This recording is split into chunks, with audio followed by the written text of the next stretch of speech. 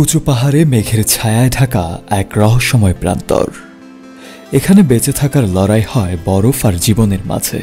আর সেই শ্বেত শুভ্র পৃথিবীতে বাস করে এক সুনিপুণ শিকারী। তবে এই শিকারী প্রকৃতির এক অমূল্য রত্ন।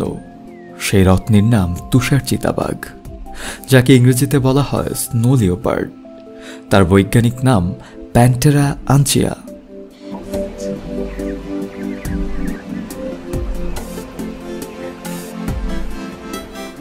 এরা পৃথিবীর সবচেয়ে রহস্যময় ও দুর্লভ শিকারী প্রাণীদের মধ্যে অন্যতম। প্রধানত মধ্য এশিয়ার দুর্গম পর্বত অঞ্চলে বসবাস করে এরা। 3000 থেকে 5000 মিটার উচ্চতায় এদের বাসস্থান। যেখানে বরফের চাদরের অসীম প্রভুত্ব, সেখানে এদের রাজত্ব।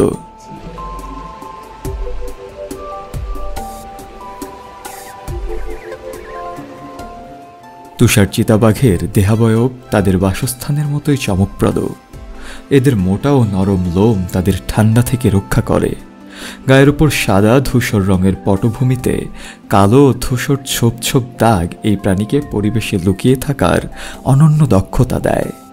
এছাড়া এদের লেজ বেশ লম্বা, যা ভারসাম্য রক্ষা এবং ঠান্ডায় গা জড়াতে ব্যবহৃত হয়।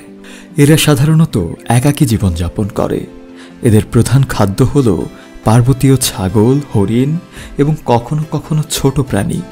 শিকারের ক্ষেত্রে এরা এতটাই দক্ষ যে 10 মিটার দূর থেকেও লক্ষ্যবস্তুর উপর ঝাঁপিয়ে পড়তে পারে।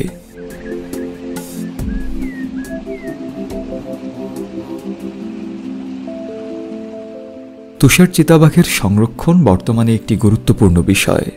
আন্তর্জাতিক সংস্থা এই প্রাণীদের ভালনারেবল বা দুর্লভ হিসেবে তালিকাভুক্ত করেছে। এর অন্যতম কারণ হল আবাসস্থল ধ্বংস, খাদ্যের অভাব এবং অবৈধ শিকার। এই সমস্ত প্রতিকূলতাগুলো এই সুন্দর প্রাণীদের সংখ্যা দিন দিন কমিয়ে দিচ্ছে পৃথিবী থেকে। এই প্রাণীটি শুধু একটি প্রাণী নয়, বরং একটি জীবন্ত প্রতীক, যা আমাদের দেখায় প্রকৃতির জটিলতা এবং সুন্দরের মিশ্রণ। এদের সংরক্ষণ মানে শুধু একটি প্রজাতি রক্ষা করা নয়, বরং আমাদের প্রকৃতির এক চঞ্চল সন্তানকে রক্ষা করা, পাশাপাশি পরিবেশের ভারসাম্য রক্ষা করা। শাফি মাওলা, RTV।